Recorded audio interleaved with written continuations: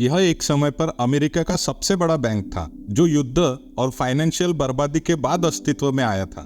लेकिन 100 साल तक इस इंडस्ट्री में राज करने के बाद आज इस बैंक का नाम और रेपुटेशन डूबने के कगार पर है। 1837 एक ऐसा साल जो पूरे अमेरिका के इतिहास का सबसे बड़ा इकोनॉमिकली क्रैश वाला साल था। उस समय अमेरिका एक यंग देश हुआ करता था और उनकी बैंकिंग इंडस्ट्री की हालत एकदम ही खराब थी और बैंकिंग सेक्टर बहुत ही अनियमित था।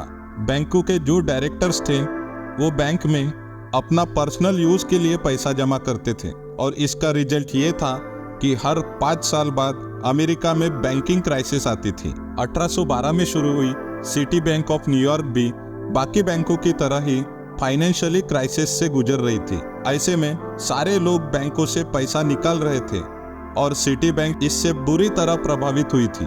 Were frightened about the safety of their funds and rushed to withdraw them. There were runs, there were failures of banks by the droves. ऐसे में बैंक को एक ऐसे लीडर की जरूरत थी जो सिटी बैंक को फिर से खड़ा करे और लोगों का विश्वास जुटाए।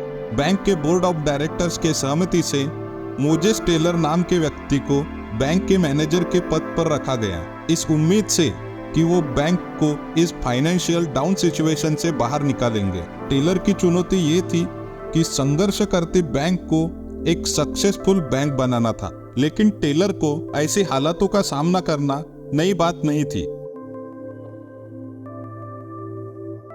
उम्र के 15 वर्ष से ही टेलर न्यूयॉर्क के हार्बर डॉक पर काम करना शुरू किया था। बहुत कम समय में टेलर ने बहुत पैसा कमाया और खुद के अकाउंट से ही कम्युनिटी ट्रेडर्स के रूप में ट्रेडिंग करना शुरू किया। 30 के उम्र में ही टेलर ने $2 लाख का खुद का बिजनेस शुरू किया जो आज $5 मिलियन के बराबर है। His business was the Caribbean trade, importing sugar from Cuba, but also fruits and other commodities from wherever they were grown. खुद के दम पर इतना बड़ा बनने वाले टेलर को पता था कि फाइनेंशियली ग्रोथ कैसे की जाती है। टेलर की आगे बढ़ने वाली क्षमता और नियमितता ने अमेरिका के एक बहुत अमीर आदमी को आकर्षित किया जिसका नाम था जॉन जेकब एस्टर। एस्टर ने देखा कि Taylor one of the most honest और ट्रस्टवर्दी इंसान है। उस टाइम एस्टर सिटी बैंक के सबसे बड़े शेयर होल्डर थे और उनको पता था कि बैंक को एक ऐसे व्यक्ति चाहिए जिस पे लोग भरोसा करें। उन्होंने बोर्ड के सभी मेंबर से बात करके 31 साल के मोजेस टेलर को बैंक के मैनेजर के तौर पर रखा। एज अ मैनेजर टेलर पर बैंक को फिर से खड़ा करने का बहुत बड़ा टास्क था। उसे पता था अगर वो फेल हो गया तो वो सब कुछ हार जाएगा, इंक्लूडिंग उसकी रेपुटेशन।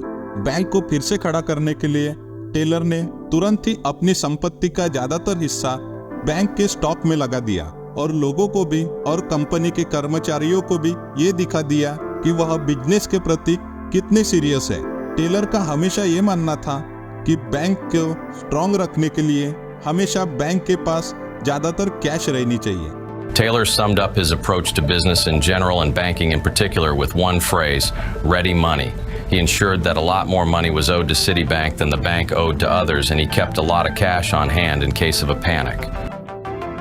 उसकी इस लगन और मेहनत से 20 साल में ही टेलर ने सिटी बैंक, जिसको बहुत कम लोग जानते थे, उस सिटी बैंक को अमेरिका के सबसे पावरफुल बैंक में से एक बना दिया। टेलर सिटी बैंक को और आगे ले जाना चाहता था, पर 1982 में उनके जॉब पर रहते हुए ही उनकी मृत्यु हो गई।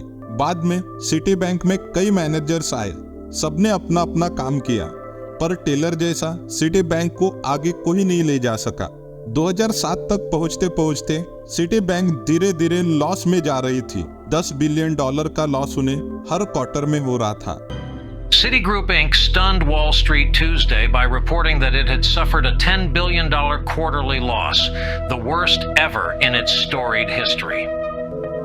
2008 में $45 बिलियन सरकार के तरफ से मिले, पर इतने पैसे सिटी बैंक को फिर से बाउंस बैक करने के लिए काफी नहीं थे। 2009 में सिटी बैंक ने अपने $17 बिलियन के स्टॉक बेच दिए और इस तरह 2010 के अंत तक बैंक $10.6 बिलियन के प्रॉफिट तक आ गया। ऐसा लगने लगा था कि सिटी बैंक अब बाउंस बैक करेगी, पर ऐसा नहीं हुआ।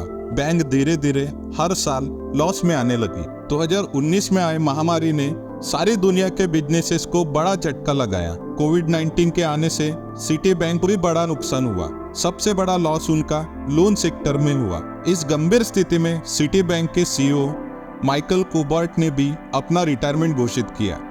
ऐसे में बैंक का सारा पदभार जैन फ्रेजर के कंधों पर आ गया। जैन फ्रेजर जो एक बिजनेसमैन फैमिली से आती थी, उनको लगने लगा कि वो सिटी बैंक को फिर से खड़ा कर सकती है। ऐसे में उन्होंने कई नई तरकीबें अपनाना शुरू की, जैसे कि वर्कर की संख्या कम कर देना और फिर से बैंक को रीऑर्गेनाइज करना। अलग अलग प्रयासों के बाद भी जैन फ्रेजर को दिखने लगा कि सारी दुनिया कोविड से उबर रही है, पर सिटी बैंक लॉस में ही जा रही है। और अब सिचुएशन ये है कि दुनिया की तीसरे नंबर की सबसे बड़ी बैंक मतलब सिटी बैंक धीरे धीरे लॉस में जा रही है। तो दोस्तों, वीडियो अगर अच्छा लगा तो प्लीज वीडियो को लाइक कीजिए, चैनल को सब्सक्राइब कर दीजिए।